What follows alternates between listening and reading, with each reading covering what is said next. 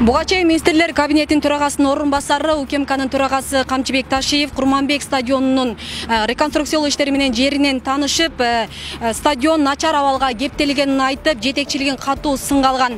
Генерал стадионду тез арада калыбына келтирүү, мындагы мурда жеке менчикке өтүп кеткен жерлерди кайтарып алуу талабын тиешелүү кызматтарга жүктөгөн. Ал арада стадиондун жетекчиси кызматын бошотуп, жаңы директор дайындалды. Ушул тапта өзүңүздөр көрүп тургандай, стадиондун 4 тарабында оңдоп түзөө иштери кызуу жүрүүдө.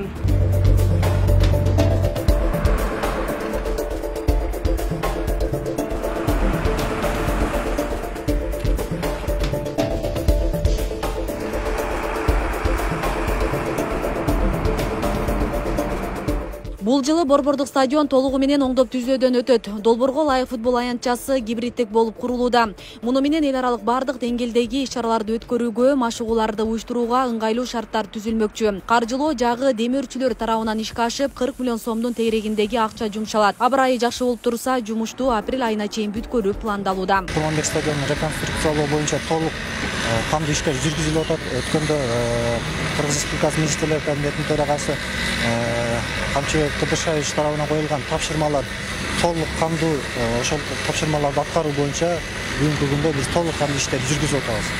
Мынакей көрүп тургандай бүгүнкү демөөрчүлөр тарабынан өз нугунда иштер кетип атат. Андан тышкары жергиликтүү бийлик тарабынан бүт эскилиги жеткен заборлорду, кашоолорду бузуу боюнча иштерди жүргүзүп атабыз. Ал эми стадиондун башка бөлүгү жергиликтүү бийликтин каржылоосунда оңдолот. Шаардын бюджети бекитиле электигине байланыштуу канча акча бөлүнөрү азырынча белгисиз. Ушул тапта стадиондун айланасындагы эскилиги жеткен тосмолор бузулуп, кураган жана кооптуу бактарактар алынууда. Жергиликтүү бюджеттен бөлүнгөн 5 миллион стадион артында элдер, жаш балдар тренировка кыла турган чоң заманбап поле чутат ал жерге дагы. Кудайыр сал дагы апрелдин баштарына бүтүп калат. Андан сырткары оңдоо иштерине да акча бөлүнөт, жакында. Андан сырткары да оңдоо иштерине болот. Сиденьялар, отургучтар, озелениялар жаңы болот. Энерге кафе, беседка отура турган, элдер эс алып кете турган жерлер болот. Курманбек стадиону 1967-жылы ашар жолу менен салынып, жалпы аянты 4 гектарды түзгөн. 2006-2007 жылдары жер тилкелери жеке менчикке берилип кеткен. Ушул тапта кайра кайтарып алуу боюнча УКМК иш алып барып жатканы маалымдалды.